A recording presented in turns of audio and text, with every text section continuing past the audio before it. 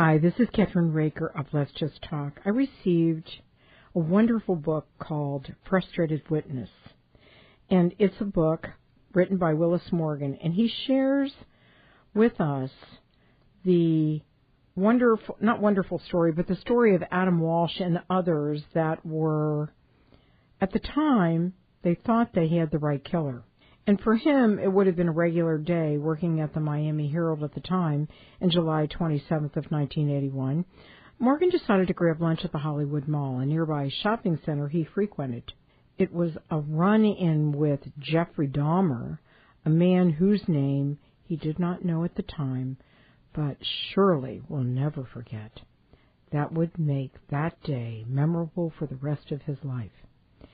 And to Morgan, there are two names intertwined connected to a tragic case. The aforementioned Dahmer and the son of America's Most Wanted host, Adams Walsh, the disappearance of whom has been widely discussed. Morgan had experienced a random encounter with Dahmer at the shopping center at the same time that Walsh disappeared.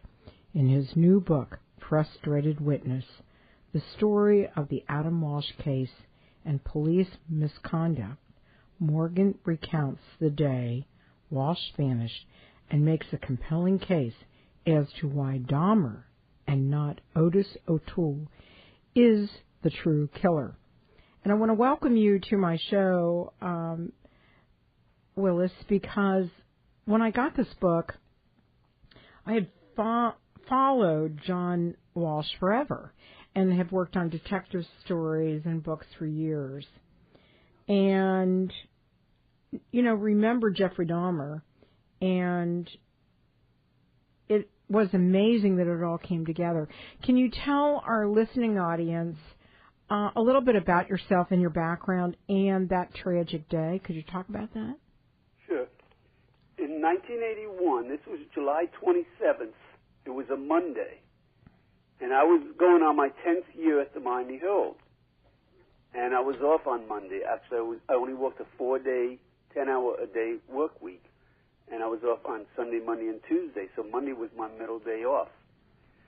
So I decided to go to the Hollywood Mall. There's a deli in there and sandwich shop called the German Deli, and I was going to have lunch there.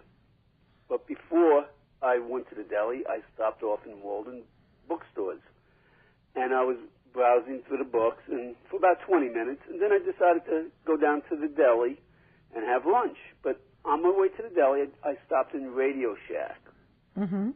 And while I was in Radio Shack, I passed a table that said red tag sale, and I was looking at some items on the table when I noticed a man come into the mall, and he was standing at the entrance to Radio Shack. He was just standing there, he wasn't moving.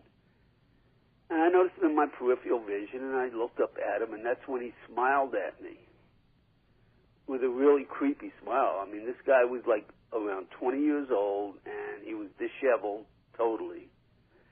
And he says, "Hi there, nice day, isn't it?" So I didn't answer him, thinking that he just wanted a conversation. If he says something, that's going to, encourage him to, keep talking. So I didn't even respond, thinking he would just go away, but he didn't leave. Instead, he came into the Radio Shack and came right up to me, and he repeated that line again. "Hi there, nice day, isn't it?" And really loud, and he's only standing arm's length from me. Mm-hmm. And from there, the whole encounter became very bizarre and very intense. And finally, he did stomp out of the Radio Shack, angry at my lack of response. And there was no question in my mind, because of his appearance and that look in his eyes and everything about him, that somebody was going to be in trouble. Because, this was pretty intense, this standoff, literally. And so I'm thinking, oh, boy, somebody's going to be in a lot of trouble. But at the time, in 1981, I was only thinking he was going to go up to somebody, an adult, like my age. At the time, like I said, Jeffrey Dahmer turned out to be 21 at the time. I would find out later on when I found out who this was. But I was 34 years old, and I knew somebody was going to be in trouble, but never in my mind did it cross me that a 6-year-old would be in trouble. I was thinking he was going to go up to an adult male. There would be some words exchanged, something like what he tried to do with me, maybe a shoving match or a fight at the most. So I was keeping an eye on this guy, thinking somebody might need some help. And I watched him walk into Sears and went all the way to the west side of Sears and then turned to the right and walked into the toy department. I actually saw him going into the toy department. And I stood there for a minute wondering what he was doing. But then I started thinking, well, he's probably just playing the video games. And so I left. I went home. I never even had lunch at the mall because after that incident, I just wanted to get out of there and go home. So that evening, I had one of the local news stations on, and I was in the kitchen. And I hear on the news, Hollywood Mall. And then I hear Sears, and then I hear Toy Department, and then I just went, the hairs on my neck stood up, and I ran into the living room. And I hear about a missing child, and my first thought was, that guy did it. He actually did it. I knew it was this guy. I wasn't watching him for nothing. And I was just so sick when I heard this. And I went to the police department to tell them my story, but they just fluffed me right off. I mean, they just completely, I felt like a jerk when I left there. I literally shook my head, feeling like a jerk, even wasting my time going there. Mm-hmm. Because they would just ask me things like, well, did you see a van? Did you get a tag number? And I tried to explain to them, this incident wasn't in the parking lot. It was inside the mall. It never went outside. So I didn't see a vehicle. All I saw was this guy, and I know this guy had to be the one that abducted this child. Mm-hmm. But they said, well, if you don't have a tag number, we'll just take your phone number. If we ever need you, we'll call you. And they never called me. So weeks later, maybe 10 days or so, I saw composites started coming up in the paper. Mm-hmm. And then I saw some composites that matched the guy that I saw. When I saw one of the composites, I said, oh, whoever gave this composite saw the exact same person I saw. It wasn't an exact perfect match, as composites never are. Mm-hmm. But I didn't think I could do any better. It was as close as you're going to get. And so I didn't bother going back again or saying anything, thinking, well, at least they have their composite. What else do I have to offer? So I never bothered. Mm-hmm. And fast forward 10 years later, I was working at the Herald again. I come in at night, and I saw Jeffrey Dahmer's mugshot in the paper, and I started freaking. I remember the first thing I said when I saw this mugshot, without even reading the article or knowing anything about this guy, or if he was even in Florida. The article was about somebody in Milwaukee that did some pretty horrendous things in an apartment up there. Mm-hmm. And so I said, I mean, pretty loud, this is the guy I saw in the mall. I mean, I heard other voices saying, Willis, calm down. What are you talking about? And things like that. And the next day I went back to the police department. But before I went back, I called the Miami Herald Library up, and I asked them for the composite that ran 10 years earlier in the paper. And they sent it to me to my in-house mailbox in the press room. And I took the composite with me and the mugshot that ran in the paper, and I showed them that they matched. I said, look, this composite is a spitting image of this guy's mugshot. You can see this is the same guy. This is the guy who I saw in the mall. Well, the first question they asked me is, what are you doing coming in now? And after me, coming in 81. And credulously, I said, but I did come in 81. There was no record of it. They had no clue. And their jaws dropped when I showed them the composite because they knew something. And I was even thinking they know something, but they're not telling me. But I brushed it off because I was thinking, well, they don't tell anybody about their investigation, give them inside information. So I brushed it off. It wasn't until they closed the case and pinned it on the wrong guy in 2008, I got a copy of the case files, and I started going through them because, for two reasons. I wanted to confirm, or corroborate, I should say, what I'd been telling everybody all along, that it was Jeffrey Dahmer. Also, I wanted to see where the police went wrong. So as I was going through the police files, from the Hollywood Police Department, one of the first things I noticed was that composite was in there. But it wasn't from the Hollywood Mall. I found out it was from another mall, 60 miles north of the Hollywood Mall. 2 weeks before Adam was abducted, on a Monday, in a Sears that was an anchor store to a mall. And it was about the same time of day. The composite, the description of the guy, everything matched. So I started tracking down those witnesses, and I found out those witnesses swear it was Jeffrey Dahmer, the same way I did when they saw his picture on TV. The 10-year-old child that Dahmer tried to abduct, his name is Terry Keaton, and his mother. The scenario is almost an exact same match to the Hollywood Mall. Ginger Keaton went to the Sears with his 10-year-old son, and he stayed in the toy department. She went shopping, not too far away. And Dahmer came into the toy department and tried to abduct him, but he was 10, a little older than Adam was 6, and he managed to get away. He ran to the clothing department and begged for help. There was a couple other witnesses there. Dahmer chased them all the way. Those witnesses saw Dahmer also because he stopped dead in his tracks, and then he turned around and bolted from the Sears. And they took Terry to the shoe department, and Barry Colton paged over the page for the mother to pick her son up. And they went out into the mall because she wanted to file a complaint. But it was out in the mall that Terry said, "Mom, that's the guy." He pointed Jeffrey Dahmer out. Apparently he went out into the regular part of the mall after he left the Sears. And Ginger told me that she made eye contact with him because he passed her and he gave her this evil look. Well, didn't Marilyn Pottenberg also, wasn't she a witness as well?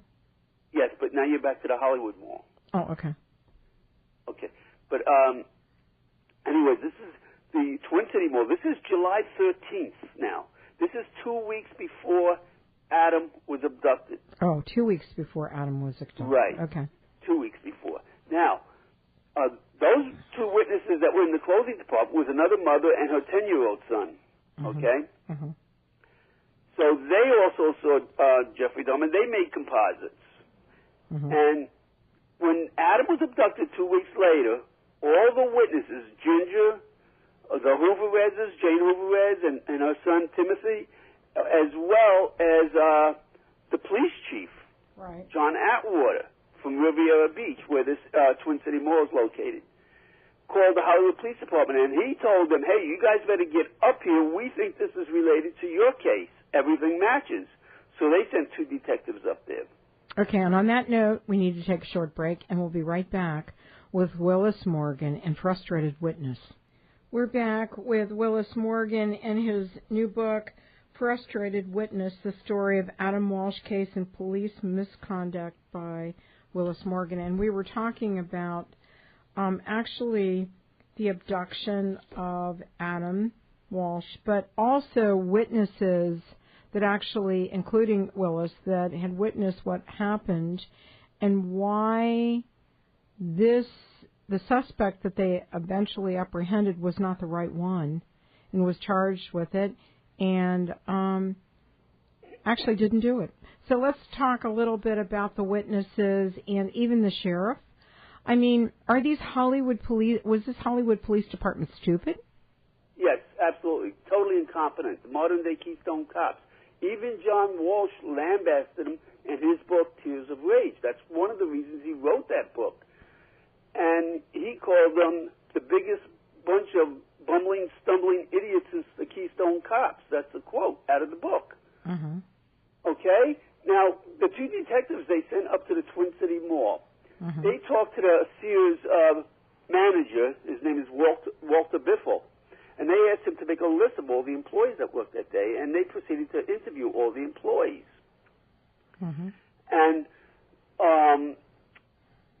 after they were finished, they came to the conclusion that that incident had nothing to do with the Hollywood Mall incident. And a quote from the lead detective, Jack Hoffman, is that the Hollywood Mall incident didn't match James Campbell, and neither did the Twin City Mall. And James Campbell was John Walsh's friend, so he was their prime suspect at the time. So since the composites didn't match him, even though the Twin City Mall composite matched the Hollywood Mall composite witnesses gave of the suspect, none of the composites matched their supposed suspect, James Campbell. Mm-hmm. So, and, you know, they say when a theory doesn't fit the facts, you're supposed to change the theory. Instead, these detectives changed the facts. And instead of dismissing James Campbell, they dismissed all the witnesses, not only from the Hollywood Mall, which there are numerous witnesses, but also all the witnesses from the Twin City Mall. Why aren't these guys... Everything. Are these guys even around today? No, they're hiding in the retirement. They're hiding in retirement. What do you think? Right. I say hiding because, you know, they refuse to do interviews. They refuse to talk to anybody. Well, here's my question.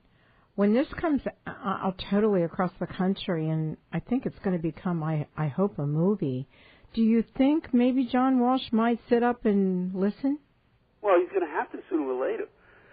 May I say something? Sure. A July 13th interview?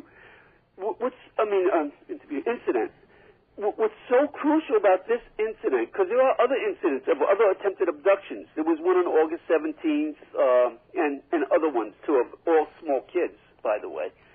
But the July 13th one, Ottis Toole was not even in the state of Florida. He was in Newport News, Virginia, in a hospital, okay? Mm-hmm.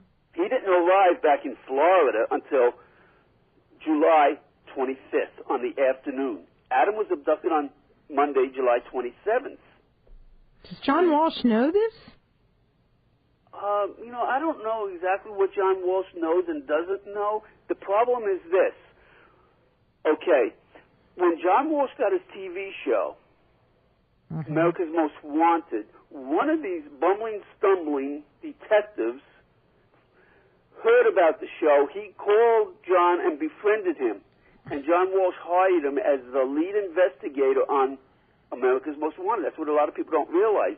John Walsh had one of these bumbling, stumbling, idiot detectives right in his midst all along, feeding him misinformation about Adam's abduction. He's the one that wrote the book they used to close the case and pinned it on Ottis Toole. And he never called not one witness, not one.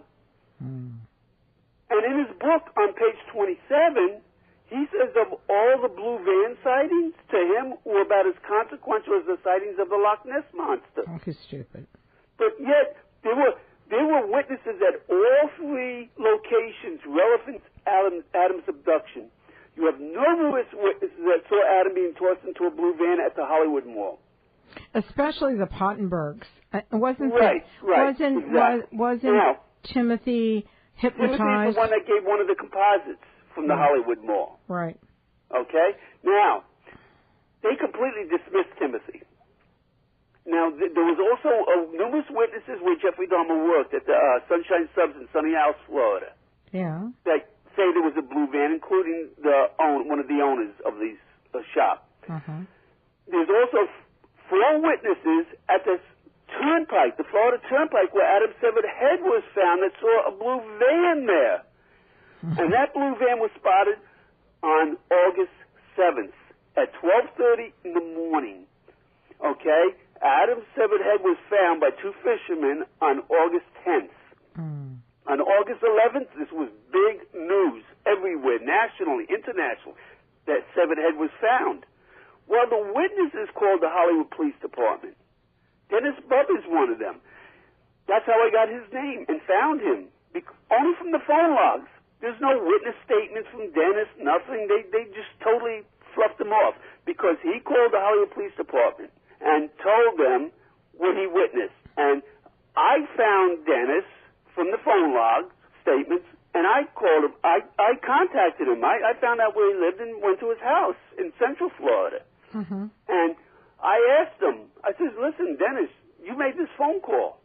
And he said, yes. And I said, did they ever call you back or interview? He says, no, but they did call me back an hour after I called. And I said, and what did they say?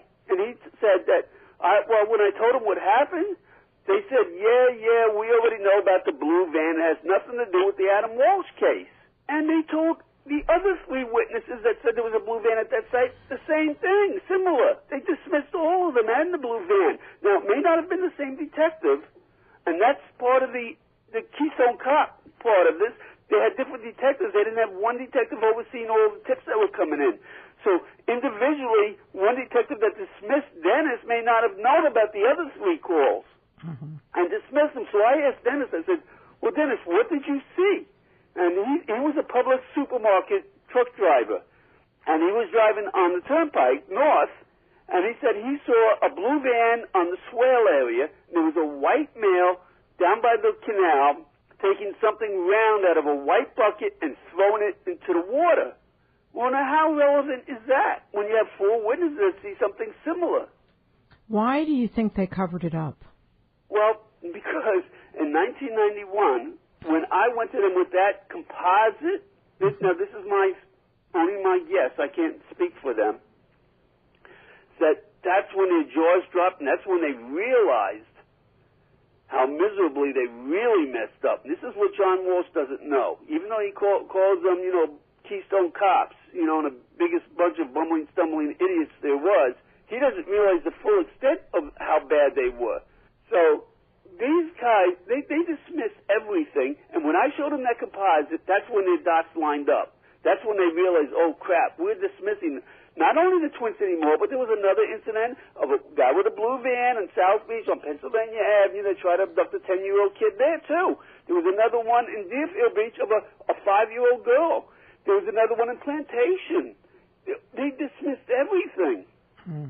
So now there's an old saying, when you mess up, never fess up. And that's what they're doing.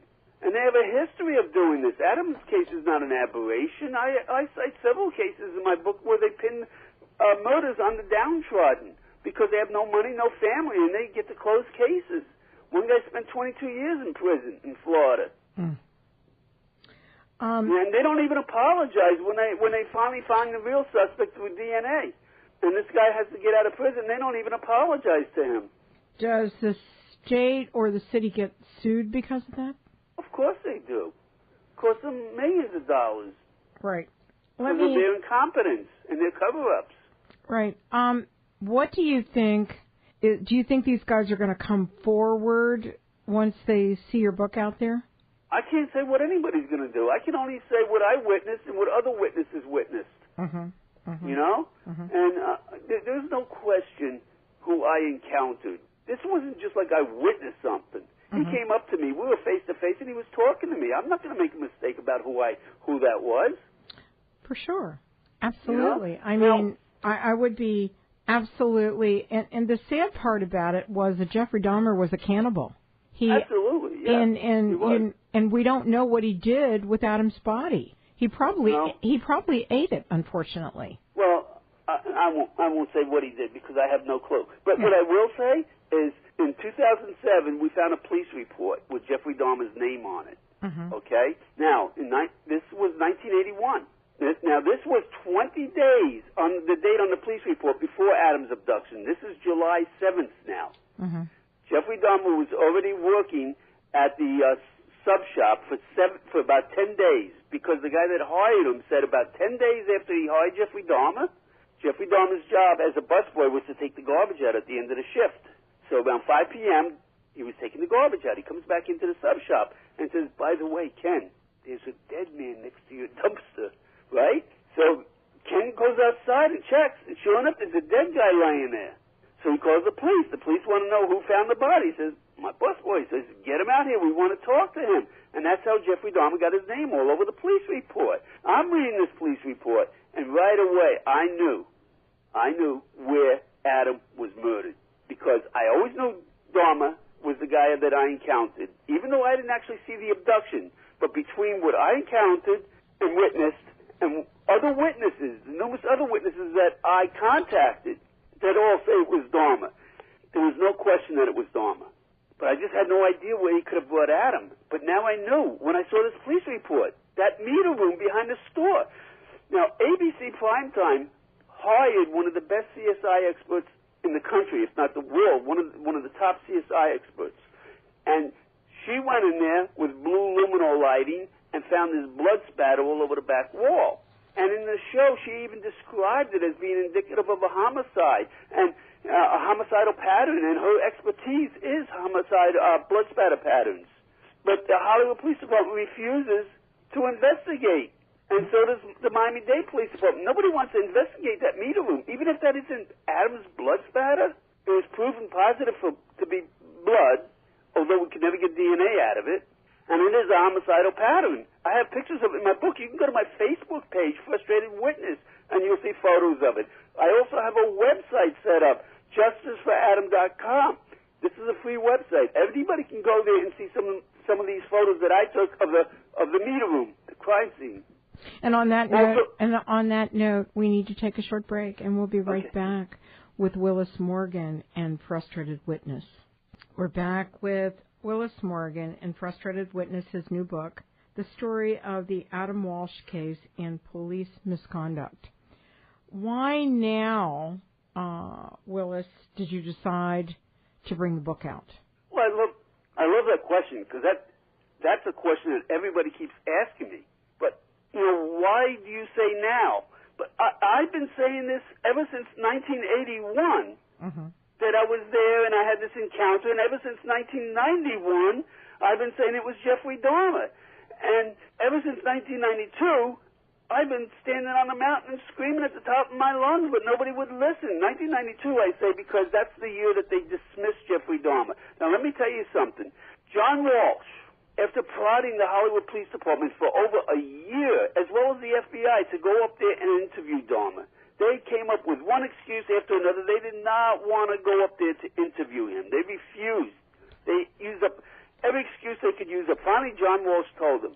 He called the state attorney's office and said, give me a letter stating that Florida will not seek the death penalty. He took that letter, gave it to the lead detective, Jack Hoffman, and says, here's a letter. Now go interview him. And Jack Hoffman used up his last excuse by saying, listen, our police department doesn't have money for a trip like that. So John Walsh said, listen, I'm making pretty good money on TV these days. I'll pay for the trip. So with his back to the wall, ran out of excuses, he went up there on August 13th and interviewed Jeffrey Dahmer.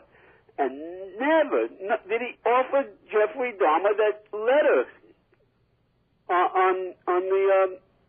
the letter stating that Florida would not seek the death penalty. There's nothing in the record. That's a taped interview. Nothing in that interview do you hear Jack Hoffman saying, Jeff, we have a letter here. Florida's not seeking the death penalty. No. And that was the whole idea of John giving him that letter, thinking that, if he had that letter, maybe Jeff would confess. Mm-hmm. But he never did. And he only talked about Dahmer's growing up and, threw softball questions at him and kept talking about how great the muffins were that he brought with him. And then he comes back and he completely dismisses Jeffrey Dahmer as a suspect. And later I found out all the reasons he dismissed Dahmer are all lies. Mm-hmm. On Jeffrey Dahmer's part. He accepted Jeffrey Dahmer's because he did not want him to be a suspect. Is he alive today? Not Jeffrey Dahmer, but the other person. Murdered in prison. No, not Jeffrey Dahmer. I'm talking about the detective. Oh, yeah. He's one of them that's hiding in his retirement.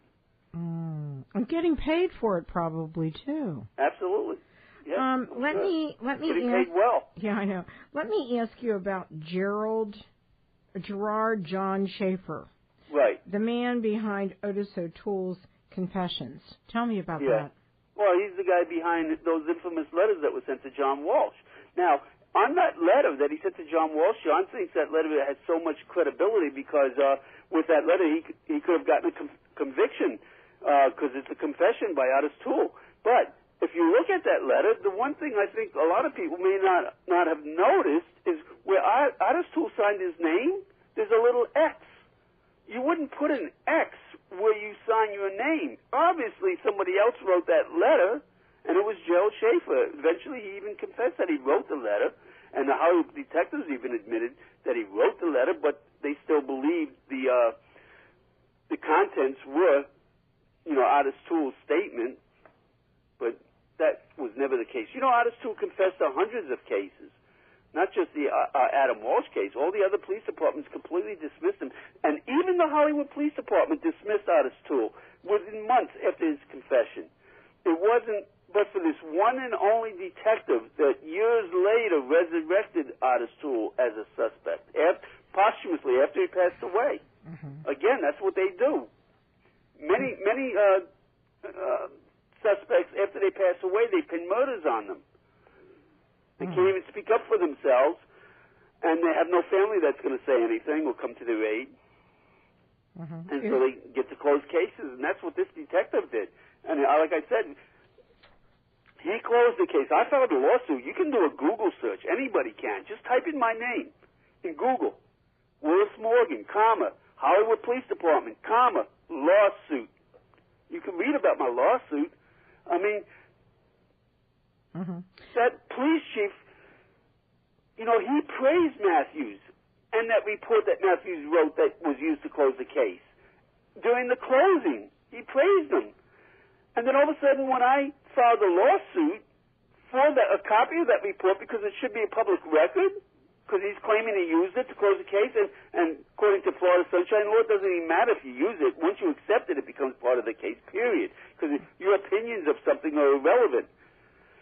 All of a sudden, it became a regurgitation of everything they knew already, and they didn't use it. They already investigated before they got the report, but there's no investigation reports on the part of the Hollywood Police Department. There's no closing reports. There's no reports of any kind. All we know is that the case is closed, and they refuse to be interviewed or speak on it. Do you think anybody would reopen the case? I hope so, but I can't speak for what anybody else is going to do. I can only speak for myself and what other witnesses have told me. And like I said, I would like to talk about these other witnesses. We already talked about some at the Twin City Mall. Okay. I would like to talk about some of the witnesses from the Hollywood Mall. Okay, let's start with Mia Taylor, okay? Mm-hmm. Mia Taylor was in the Hollywood Mall. She was 10 years old at the time, and her brother was 9, her brother Joel. She was there 2 days in a row. Mm-hmm. She was there on Sunday, July 26th, and Monday, July 27th, the day Adam was abducted. Okay. Mm-hmm. On July 26th, Jeffrey Dahmer came into the toy department and tried to abduct her brother. Okay? Mm-hmm. Now, her brother was saved only by the fact that their mother happened to return and the security guard happened to come to the toy department, and Jeffrey Dahmer fled. And when they left, she also saw him standing next to the blue van, so she's also another blue van witness. The day Adam was abducted, they were back in the mall. This time, she saw the same guy there. And he was hovering over Adam and talking to him. Mm-hmm. And her brother was standing there too, Joel. In fact, their mother returned, and this on the 27th, and Joel asked his mother if he could stay and play with his friend Adam for a little bit longer, and she said no, his dad is here now. So she took Joel by the hand and they left. Mm-hmm. And then she saw Jeffrey Dahmer, who she believes was Jeffrey Dahmer now, take Adam by the fingertips and walk out with him. Okay? Mm-hmm. So she's one of the witnesses that actually saw him walking out with Adam, as well as the blue van. Mm-hmm. Go ahead. Yeah. Anyway, there's so many witnesses, like I said, that were all dismissed. And again, because they were so zeroed in on James Campbell. Mm-hmm. Okay, now, 1983, Ottis Toole confessed to this. Now, he was on medication.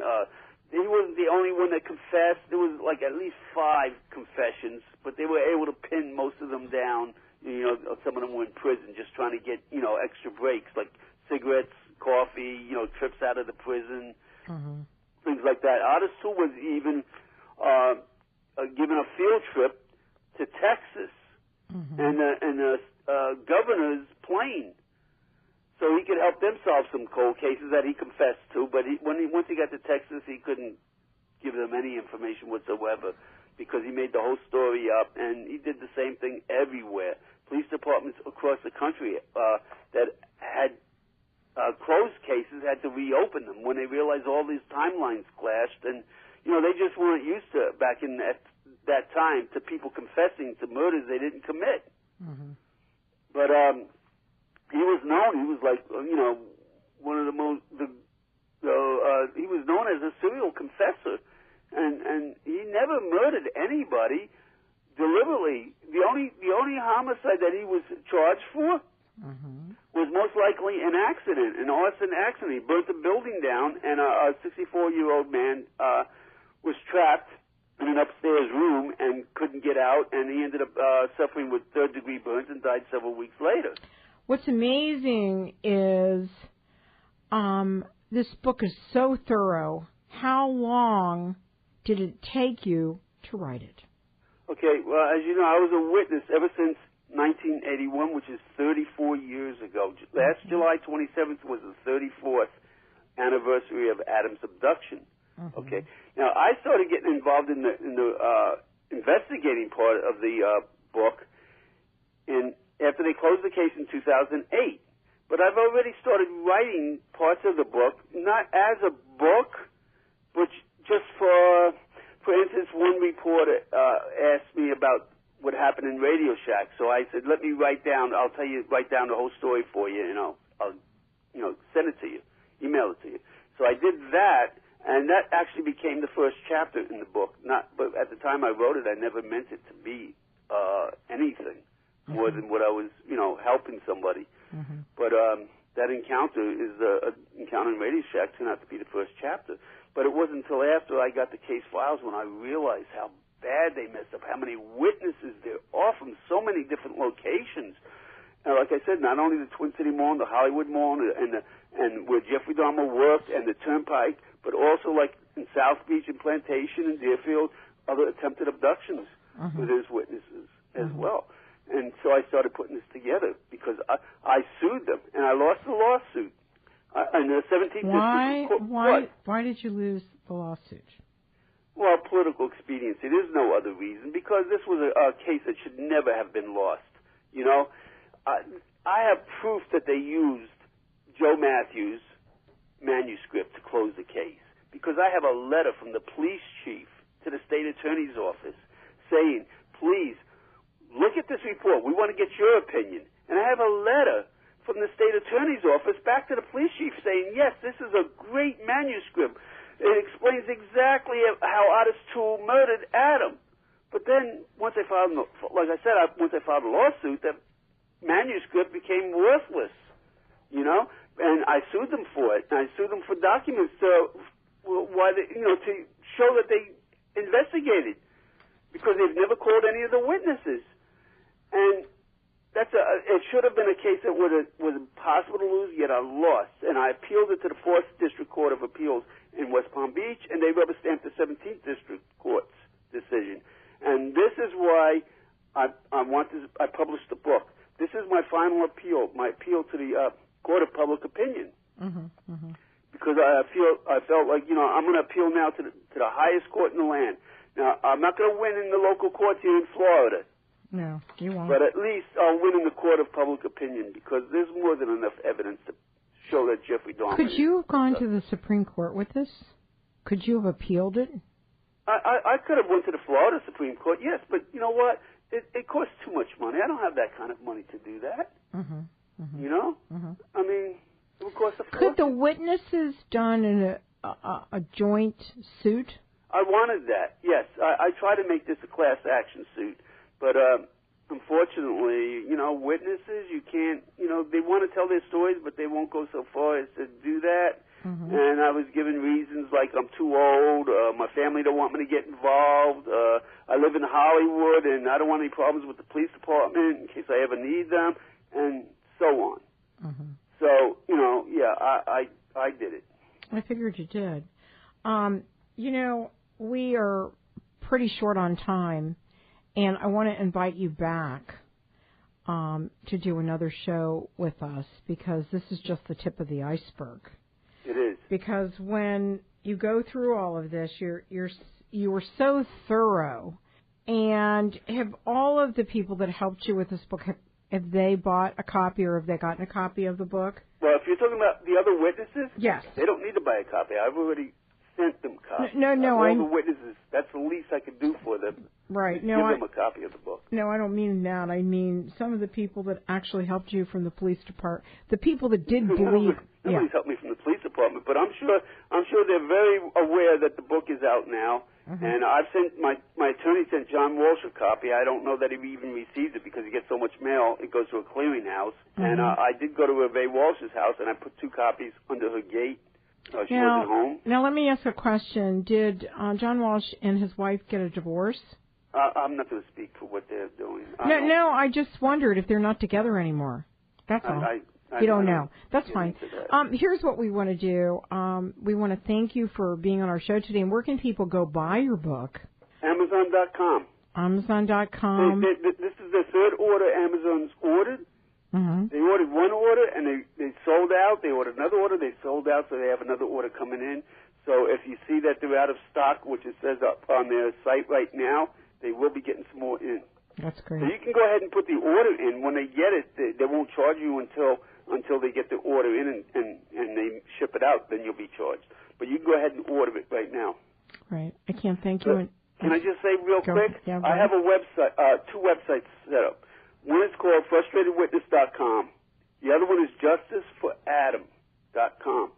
And that's where all the case files are. These files that we were sued to have become public records that they wanted no one to see are now public records, and now everyone can see them for free on my website.